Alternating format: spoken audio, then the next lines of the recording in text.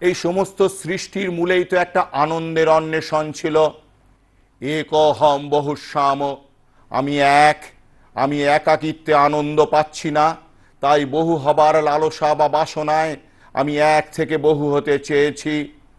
বহু হতে গিয়ে সেই লালসা আমার পূর্ণ হয়েছে এবং আমি মনে করছি যেখান থেকে আমি পৃথিবীতে আনন্দ পাই, টাকা পয়সা, ঘর বাড়ি, স্ত্রী পুত্র কলত্র, প্রতিষ্ঠা যশ, তারা আমাদের আনন্দ দেয়।